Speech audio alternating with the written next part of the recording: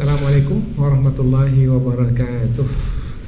Alhamdulillahi wa kafa wa salatu wassalamu ala rasulil mujtaba. Amma ba'd. Puji syukur kepada Allah Subhanahu wa taala. Salat dan salam kepada Rasulullah sallallahu alaihi wasallam.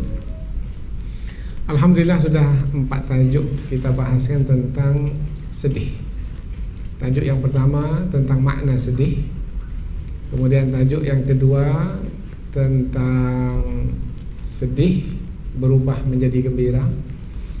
Kemudian tajuk yang ketiga, kuasa untuk merubah sedih menjadi gembira. Kemudian tajuk yang keempat adalah tentang sedih yang orang bersedih itu menjadi menderita, yaitu orang yang tidak beriman kepada Allah. Adapun orang yang bersedih itu apabila beriman kepada Allah, tidak akan berputus asa dan tidak akan mungkin menderita. Dan terakhir sekarang adalah sedih adalah ujian daripada Allah. Apabila Allah menguji orang-orang beriman sehingga mereka sedih, pasti ada hikmah di sebaliknya. Kerana Allah yang maha bijaksana tidak akan mungkin menetapkan sesuatu dengan takdirnya yang tidak ada hikmah di sebalik. Semua pasti ada hikmah. Apabila kita merujuk kepada kisah yang sebelum ini, kisah Nabi Ya'qub alaihissalam sedih, apa hikmah di sebalik kesedihan Nabi Ya'qub itu?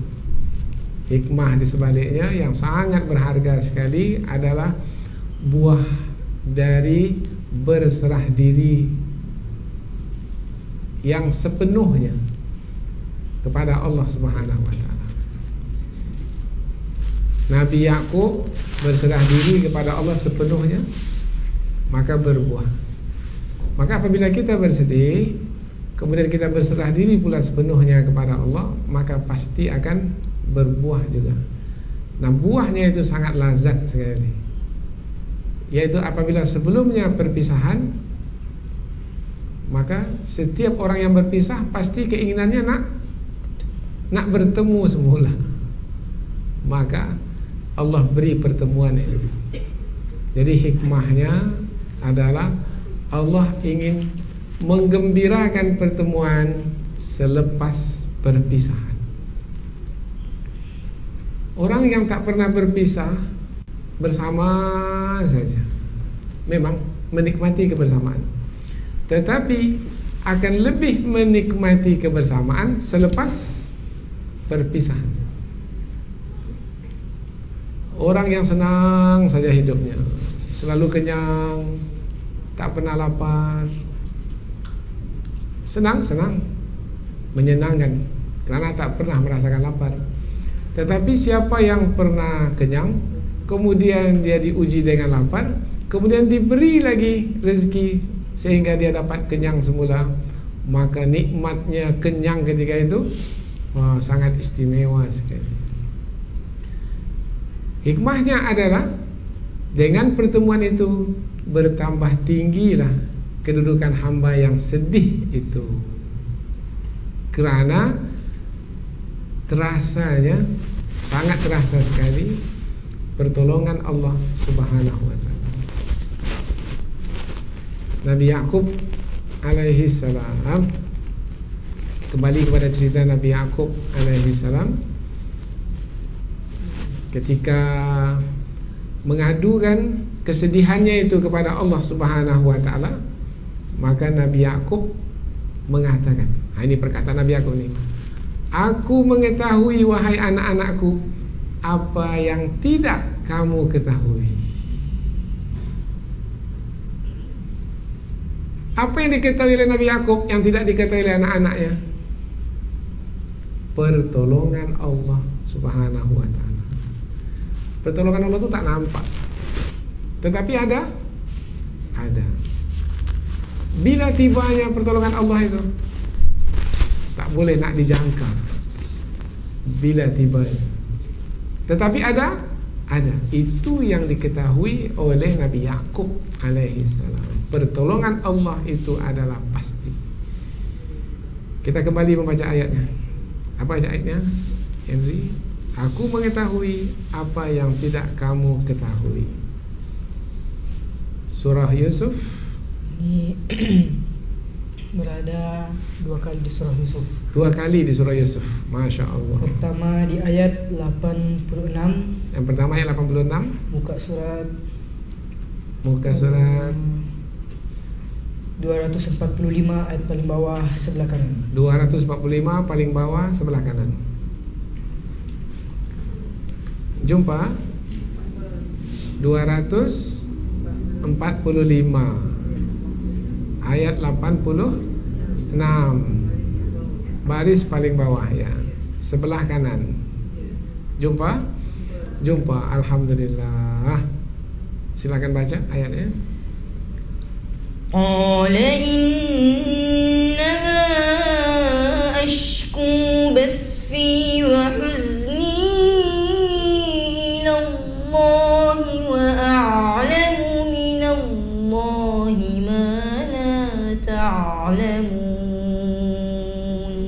Aku mengadukan kesusahanku ini. Ini perkataan Nabi Yakub alaihissalam. Aku mengadukan kesedihanku ini kepada Allah Tuhanku, dan aku, wahai anak-anakku, mengetahui apa yang kamu tak ketahui. Tidak semua orang mengetahui hikmah, tetapi ada hikmah itu. Ada. Setiap musibah yang menimpa kita pasti ada hikmah di sebalik. Itu yang kita sebut tadi. Karena Allah yang maha bijaksana tidak akan mungkin menetapkan sesuatu tanpa hikmah. Pasti ada hikmahnya, pasti ada manfaatnya, pasti ada kebaikan di dalamnya. Kalau tidaklah Nabi Yusuf itu, ini kalau Nabi Yusuf, kalau tidaklah Nabi Yusuf itu dibuang oleh saudara marahnya ke dalam perigi, tidak akan mungkin diambil oleh kafilah yang lalu di situ. Tidak akan mungkin dibawa ke negeri Mesir, tidak akan mungkin menjadi penguasa negeri Mesir. Kalau masih di Palestina, samalah seperti saudaranya, yaitu tidak akan berubah keadaannya, tak akan menjadi raja di Mesir. Karena dibuang itulah, itu namanya hikmah. Jadi ketika perkara buruk berlaku ke atas diri kita, jangan lihat buruknya dengan ilmu kita yang sedikit. Yang ilmu kita itu hanya lihat yang di permukaan saja, atau dengan hawa nafsu kita. Tapi lihatlah dengan ilmu yang lebih luas, lebih dalam. Dengan ilmu yang berkaitan dengan keimanan kepada Allah Subhanahu wa taala. Pasti di sebalik apa yang berlaku, yang kita pandang buruk itu, pasti ada kebaikan di dalamnya.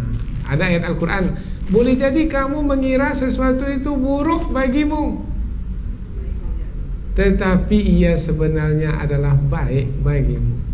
Siapa tahu di mana ayat ini? Boleh jadi kamu menyukai sesuatu, yang kita suka itu kan yang baik kan?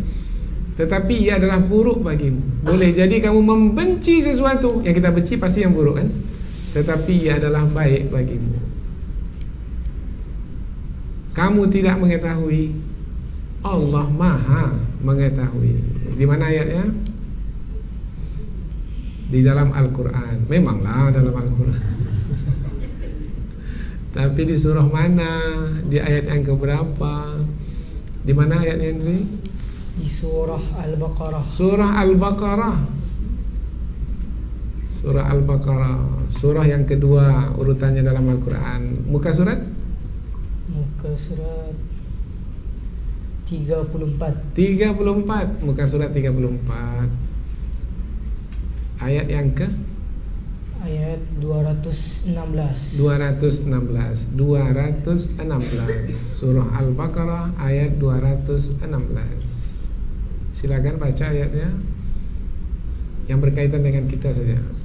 Kutiba alaikumul qitalu wa huwa kurhun lakum wa asa an takrahu syai'an wa huwa khairun lakum وعسى أن تحبوا شيئا وهو شر لكم والله يعلم وأنتم لا تعلمون.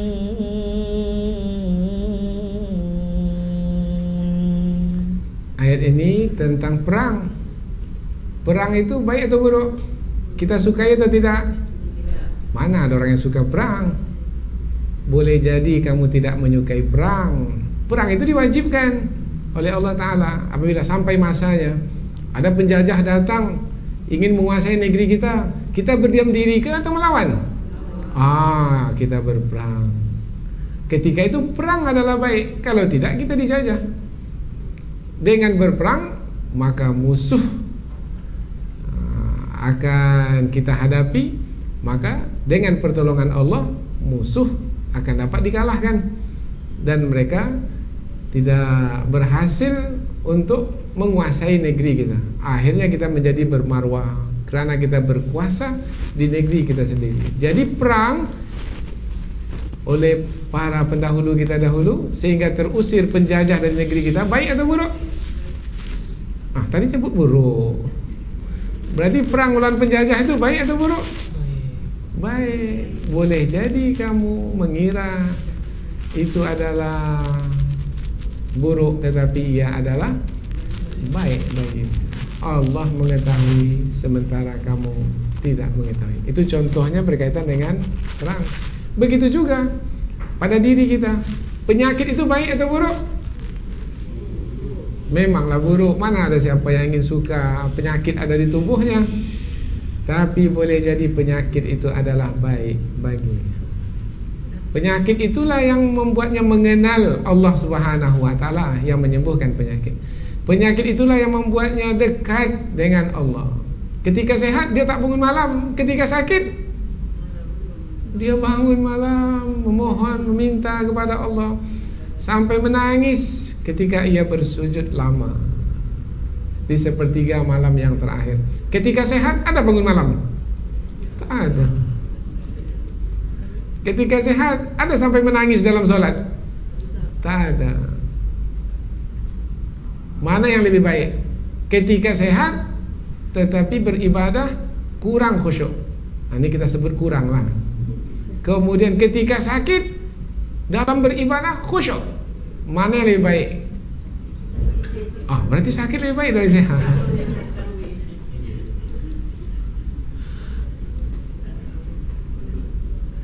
Hikmah, segala satu ada hikmahnya. Maka orang-orang beriman tidak melihat kepada apa yang ia jalani, penyakit kah, kemiskinan kah, dibenci orang kah, dia tak lihat itu. Yang dia lihat adalah apa yang dia lihat? Hikmah di sebalik semua itu. Di sebalik penyakit ada hikmah? Ada. Di sebalik kemiskinan ada hikmah? Ada. Di sebalik yang buruk-buruk yang membuat kita sedih, pasti ada hikmah di sebaliknya. Kerana mustahil Allah yang maha bijaksana menetapkan sesuatu itu sia-sia.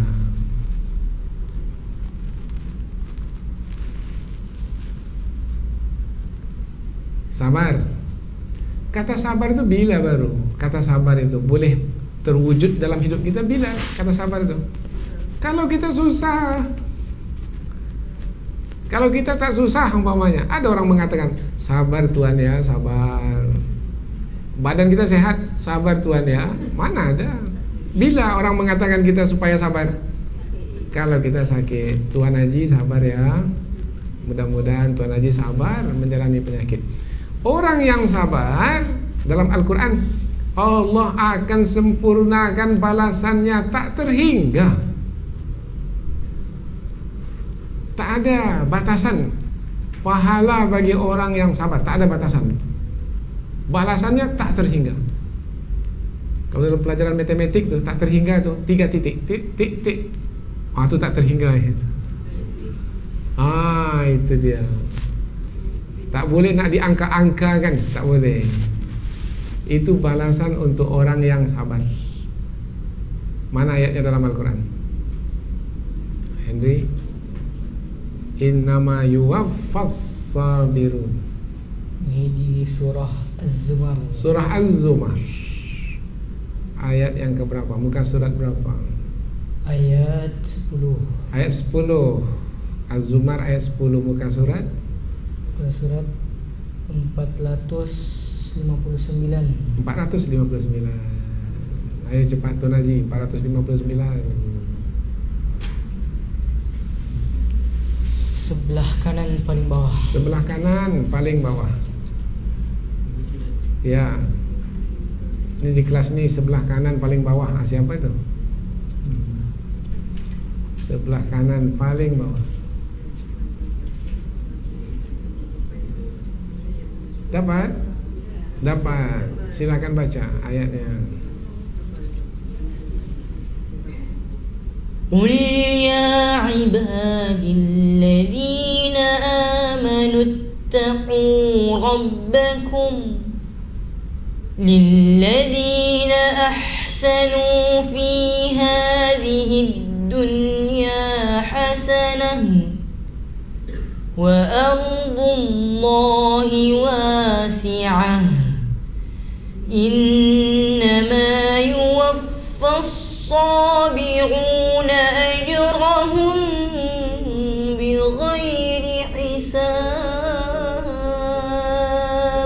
Allahu Akbar. Silahkan terjemahkan apa maknanya. Katakanlah ya Muhammad. Katakanlah ya Muhammad, perkataan berikut ini penting, berharga. Beritahukan, jangan sampai tidak ada yang tak tahu. Jangan sampai ada yang tidak tahu. Semuanya mesti tahu. Ini ayat penting. Apa itu ayatnya? Wahai hamba-hambaku yang beriman. Wahai hamba-hambaku yang beriman, bertakwalah kalian terhadap Tuhan kalian. Bertakwalah terhadap Tuhan kalian. Untuk orang-orang yang berbuat baik. Untuk orang-orang yang berbuat baik di dunia ini akan mendapat kebaikan. Di dunia ini akan mendapat kebaikan. Dan bumi Allah itu luas. Bumi Allah itu luas. Sesungguhnya akan disempurnakan bagi orang-orang yang bersabar pahala-pahala mereka tanpa perhitungan. Tanpa perhitungan. Disempurnakan untuk orang yang bersabar. Ayat ini berkaitan dengan hijrah. Berat hati tak meninggalkan rumah yang selama ini sudah dibangun berpuluh tahun lamanya, kita diami pula. Berat hati tak meninggalkannya kalau kita berhijrah? Berat hati. Meninggalkan ahli keluarga, berat hati. Meninggalkan kekayaan, kebun, kemudian ternak, berat hati. Tetapi berhijrah, Allah akan bagi balasan. Sabarlah. Menjadi miskin dengan berhijrah, tak ada lagi punya apa-apa. Rumah ditinggalkan, ahli keluarga ditinggalkan, kekayaan ditinggalkan. Sabar dengan kemiskinan. Kerana orang-orang muhajirin, orang-orang yang berhijrah sampai Madinah jadi miskin-miskin.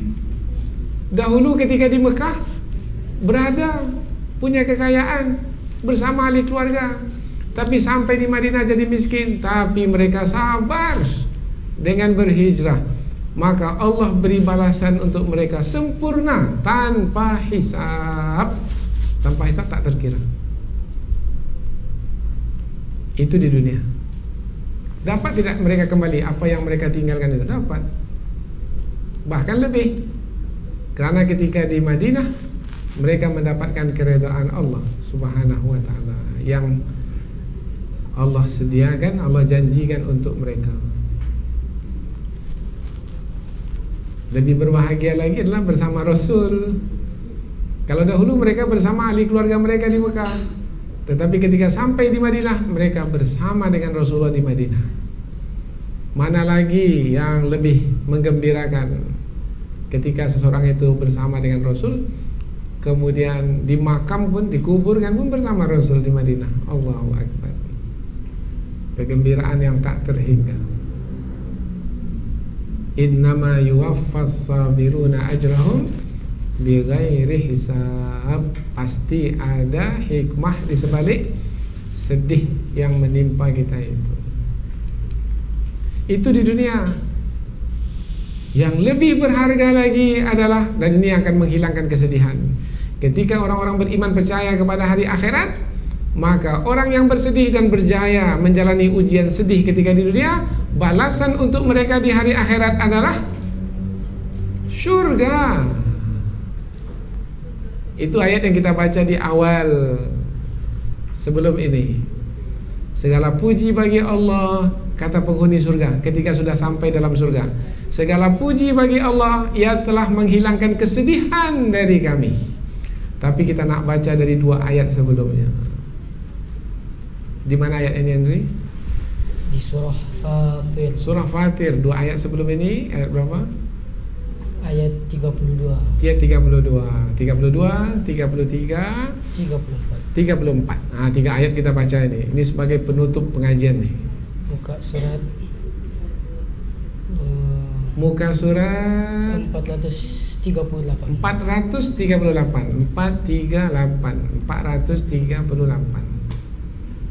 Jumpa 438, pangkalnya apa? Walladzi auhayna ilaika min kitab. Itu dia pangkalnya.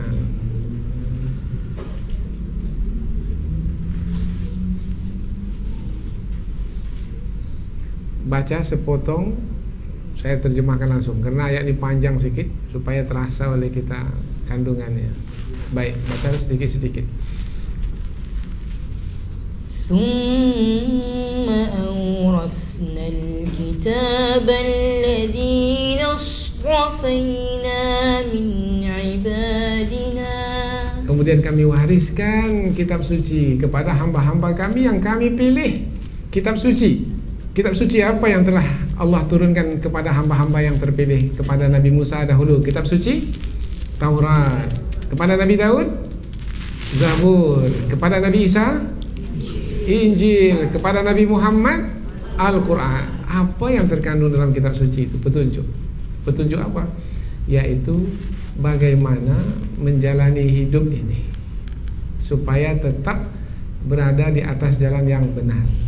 Ketika diuji dengan kesedihan, kesedihan itu menghantarkannya ke surga. Ketika diuji dengan kenikmatan, kenikmatan itu menghantarkannya ke surga. Sambungan ayat. فَمِنْهُمْ ظَالِمٌ لِنَفْسِهِ. Ada yang menzalimi dirinya sendiri. Lain yang disebut dalam kitab suci, lain pula yang dia amalkan. Ada petunjuk tapi dia tak ikuti. Itu namanya zalim, menzalimi diri sendiri. Sudah tahu bagaimana kalau diuji dengan kesedihan? Sudah, yaitu bekalkan diri dengan keimanan. Kuasa keimanan akan merubah kesedihan menjadi kegembiraan. Sudah belajar? Sudah sampai ke Pekanbaru. Sudah diterangkan dalam 5 pertemuan. Sudah faham? Sudah. Tetapi tidak mau mengikutinya. Maka tidak mengikuti petunjuk tak bermakna berarti telah menganiaya diri sendiri. Ada lagi yang berikutnya, siapa lagi? Ada yang sederhana. Yang sederhana ini dia taat, dia patuh, tapi biasa-biasa saja dari kalangan orang awam. Tapi kita mau golongan yang ketiga ini, yaitu berikutnya. وَمِنْهُمْ سَابِقٌ بِالْخَيْرَاتِ بِإِذْنِ اللَّهِ. Dan ada yang berlomba untuk melakukan kebaikan. Bahkan ada yang minta kesedihan. Ini jarang nih. Saya ketika bersama dengan Andri ada baca hadis tentang Abu Dzar Al-Ghifari. Ya, apa ceritanya Andri? Abu Dzar ini minta apa? Abu Dzar ini Rasulullah bertanya kepadanya tentang apa yang dia suka untuk diamalkan. Rasulullah bertanya, "Hai Abu Dzar, apa yang suka untuk kamu amalkan apa?" Apa jawaban Abu Dzar? Dia menjawab, "Aku suka hal-hal yang aneh ya Rasulullah." Aku suka hal-hal yang aneh ya Rasul. Apa yang aneh? Rasulullah pun bersabda lagi, "Apa itu?" Apa itu? Terus dia pun berkata, "Uhibbul ju' wal marad wal maut." Aku suka al-ju', lapar, Aku suka mati. Aku suka sakit tuh. Aku suka sakit. Aku suka mati. 3 yang disukai. Aku suka lapar. Mana ada orang yang minta lapar. Aku suka sakit. Mana ada orang yang mau sakit. Aku suka mati. Mana ada orang yang mau suka mati. Semua itu adalah perkara yang buruk, yang membuat orang sedih. Tapi itulah yang diminta oleh Abu Dzar. Maka lanjutan hadis, Maka Rasulullah pun bersabda lagi, mengapa engkau menyukai apa yang tidak disukai oleh semua orang? Apa yang menyebabkan kamu suka kepada yang tidak disukai oleh semua orang? Apa jawaban Abu Dzar? Terus dia pun menjawab, aku menyukai lapar karena ketika aku lapar hatiku menjadi lembut.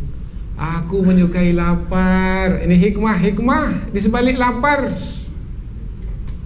Aku menyukai lapar karena hatiku lembut ketika aku lapar. Lembut hati baik atau buruk? Untung atau rugi? Hati lembut itu beruntung. Yang kedua, dan aku suka sakit karena ketika aku sakit aku lebih khusyuk dalam beribadah kepada Allah. Aku suka sakit karena ketika sakit aku khusyuk dalam beribadah. Dan dosa-dosaku berguguran. Dan dosa-dosaku berguguran ketika sakit. Yang ketiga, dan aku suka kematian karena aku bisa bertemu dengan Allah. Aku suka kematian karena kematian membuatku bertemu dengan Allah Ta'ala. Siap untuk minta kelaparan? Mengapa diam? Jawablah. Ya, dengan berpuasa. Jadi Abu Dzar minta 3 yang dalam pandangan orang kebanyakan adalah yang buruk-buruk. Lapar, sakit, mati. Tapi itulah dia Abu Dzar Al-Ghifari. Kerana apa jawabannya? Tajuk pengajian kita yang kelima nih, terakhir, penutup pengajian. Kerana yang pertama lapar dulu. Kerana mengetahui hikmah di sebalik lapar, hati menjadi lembut. Mengetahui hikmah di sebalik sakit, kerana hati menjadi khusyuk. Kerana tahu hikmah di sebalik kematian akan membolehkan bertemu dengan Allah Subhanahu wa taala. Siapa yang sampai makrifatnya ke kedudukan Abu Dzar Al-Ghifari, itulah yang membuat orang yang beriman tidak pernah sedih sebenarnya, kerana meyakini di sebalik perkara yang buruk yang sedang ia jalani itu ada hikmah yang berharga yang akan ia dapatkan. Sambungan ayat apa? Sambungan ayat ini puncaknya ini. Tadi kan menerangkan tentang 3 kelompok manusia kan, yang menzalimi dirinya, yang sederhana, dan yang berlomba dalam melakukan kebaikan. Sambungan ayat. وَمِنْهُمْ سَابِقٌ بِالْخَيْرَاتِ بِإِذْنِ اللَّهِ ذَلِكَ هُوَ الْفَضْلُ الْكَبِيرُ. Yang berlomba dalam kebaikan itu, itulah orang yang mendapatkan karunia yang besar. Sambungan ayat. Jannatu 'adnin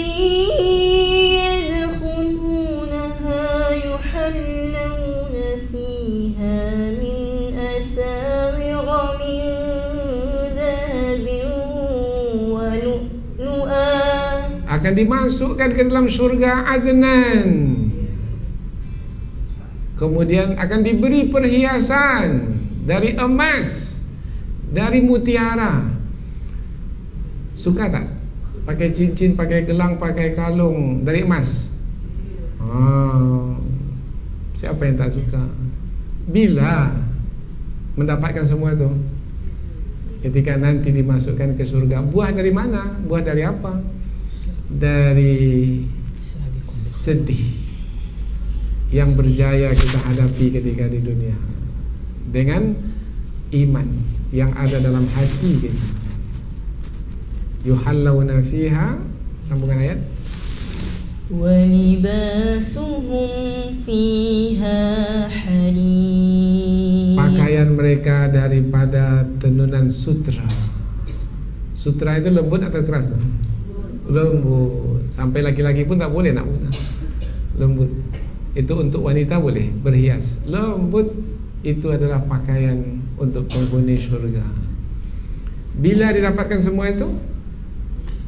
Ketika bersedih, ia meyakini bahwasanya di sebalik perkara buruk yang sedang ia jalani itu ada hikmah besar, dan ia pun menjadi sabar.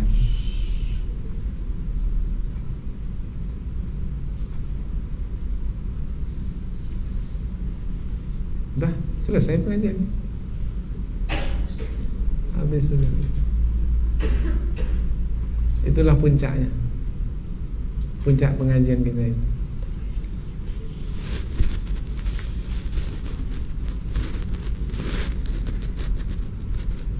Siapa yang boleh bagi kesimpulan dari pengajian kita sehari, dari pagi tadi sampai petang?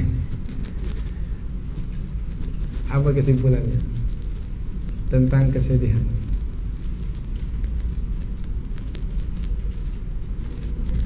Selepas ini nanti, apabila Allah uji kita dengan yang tidak kita sukai, kita sedih?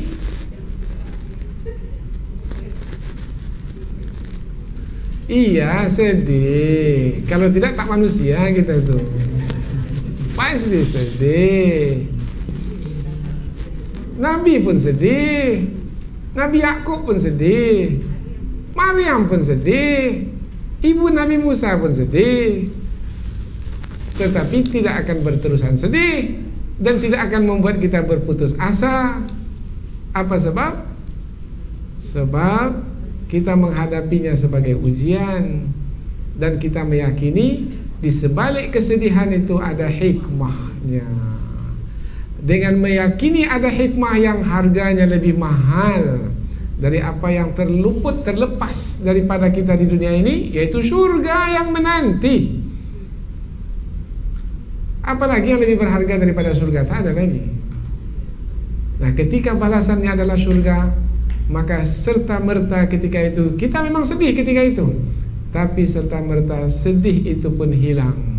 Fala khaufun alaihim wala hum yahzanun. Siapa itu yang tidak ada lagi rasa takut dan rasa sedih berduka cita? Orang yang dekat dengan Allah Subhanahu wa taala. Mana ayat ini, Henry?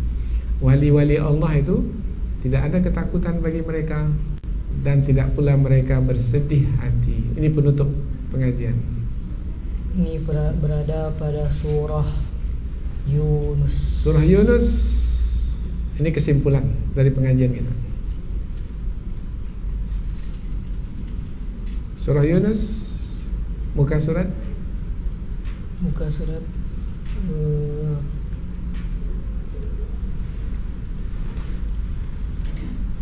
216.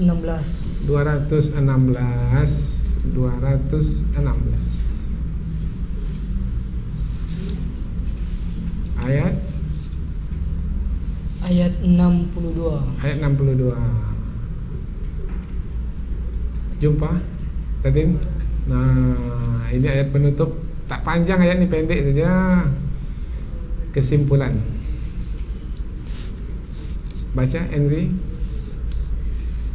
Ala inna awliya Allahi la khawfun alaihim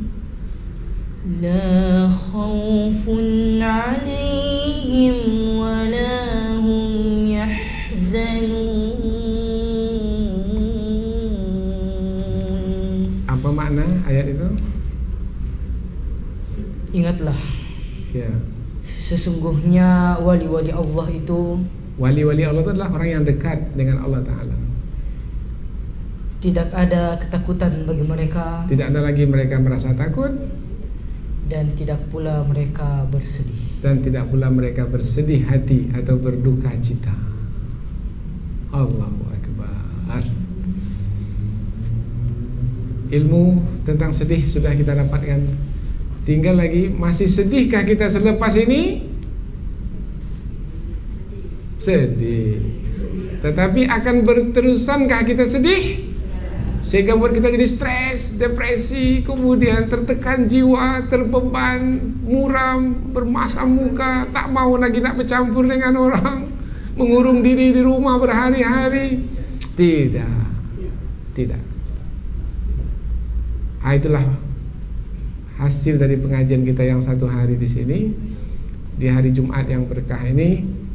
Mudah-mudahan ada manfaatnya, insya Allah. Sedih berbuah gembira.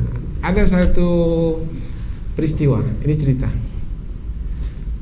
Peristiwa ini ditulis kembali oleh istri saya dalam sebuah buku tentang pengalaman yang kami dapatkan ketika menjalankan kuarantin tahfidz Al-Quran. Ada seorang pelajar umur 17 tahun, umur 17, perempuan, di bulan Ramadan, di angkatan yang kedua, kumpulan yang kedua ketika kita menjalankan kuarantin ini. Dia nak menghafaz Al-Quran, maka dia mintalah kepada orang tuanya uang untuk biaya program kuarantin tahfidz ini. Karena kita buatkan hotel hari itu, maka mahal biayanya, lebih kurang 8 juta rupiah. 8 juta ini dalam ringgit Malaysia berapa ya? 2.000 lebih lah, hampir 3.000 lah. Besar tuh biaya itu. Anak ini bukan dari kalangan keluarga berada. Maka kata ibunya, ada uang 8 juta rupiah tuh, tapi kalau kamu ambil uang nih, kamu tak boleh lagi nanti masuk universiti, karena uang nih kami kumpul untuk kamu kuliah nanti di perguruan tinggi. Sekarang kamu pilih, nak masuk program tahfidz Quran, menghafal Quran, ambil uang nih, tapi kamu tak kuliah nanti, tak masuk universiti nanti. Kalau kamu nak masuk universiti, maka lupakan sajalah rencanamu nak menghafal Al-Quran. Maka si anak ini memilih untuk masuk program tahfidz menghafal Al-Quran. Sebulan selesai 30 juzuk di bulan Ramadan. Uang diambil daripada ibunya, 8 juta itu dibayarkan. Kami pun tak tahu cerita nih. Kita tak tahu cerita nih. Kemudian selesai 30 juzuk, kemudian kami diberitahu bahwasanya anak ini selesai 30 juzuk dalam masa 30 hari. Ini termasuk cepat lah berbanding peserta yang lain. Di hotel nih, hotel yang sama nih, saya dijemput untuk menyampaikan satu tazkirah pendek sebelum berbuka puasa. Yang hadir itu di sini tamu-tamunya adalah pegawai kerajaan dan juga ada direktur, manajer bank syariah. Saya bagi tahulah ada seorang anak hafal Quran 30 juzuk, umur 17 tahun, selesai dalam masa 30 hari. Dan insya Allah tahun depan akan kuliah di universiti. Tak berapa lama saya duduk kat meja bulat macam tu, berbuka. Apa kata salah seorang direktur bank itu, budak ni kalau nanti masuk perguruan tinggi, kami yang akan membiayai kuliahnya sampai selesai.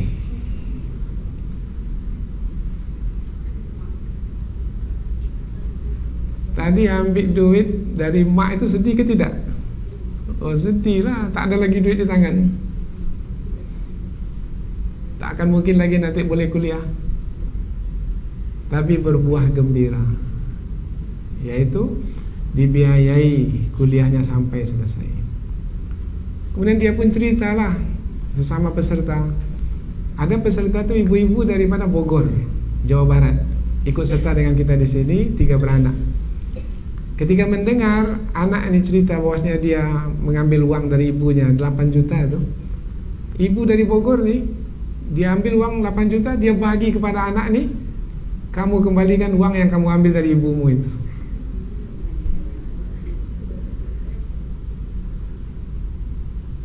Kembali semula uang yang 8 juta yang diambil dari ibu. Uang 8 juta kembali, biaya kuliah dijamin sampai selesai, Al-Quran hafal 30 juz. Karunia Allah Subhanahu wa ta'ala. Kita diuji dengan yang tidak kita sukai, tetapi Allah telah menyediakan hikmah yang besar di sebalik yang tidak kita sukai.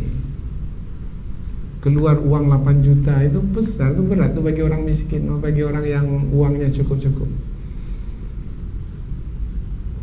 Nah, cerita ini ditulis kembali, dibuatkan jadi satu buku, cerita-cerita yang istimewa semasa kami menjalankan program ini sudah 5 tahun. Dan buku itu ada dijual di luar sana. Kuarantin sejarah apa kejadian peristiwa yang kami dapatkan selama menyertai para penghafal Al-Quran ini. Sebenarnya Ananda Indri ini punya cerita yang lebih dahsyat lagi dari itu, tapi mungkin bukan masanya sekarang untuk cerita. Tapi itulah hikmah yang tersedia, pasti ada di sebalik yang tidak kita sukai. Semua yang telah Allah tetapkan dengan hikmah yang sangat berharga sekali. Semua musibah yang Allah tetapkan itu di setiap orang. Tinggal lagi kita berpeluang tidak. Satu lagi, berkelayakan tidak, layak tidak untuk mendapatkan hikmah yang besar dan berharga itu. Barang siapa yang diberi hikmah, maka dia telah diberi kebaikan yang banyak. Ini mana ayatnya ini? Ini penutup. Tadi udah penutup, ini penutup lagi. Ini kalau ayat Quran ini tak habis-habis ini. Siapa yang diberi hikmah, ini ayat Al-Quran, telah diberi kebaikan yang banyak. Di mana ayatnya ini? Di surah Al-Baqarah. Surah Al-Baqarah. Muka surat? Muka surat 45. Muka surat 45. Ayat 269. Ayat 269. Surah Al-Baqarah ayat 269. Muka surat 40 berapa tadi? 45. Muka surat 45. Dapat Tuan Haji? 45. 45. Itu bahasa kitanya lah tu.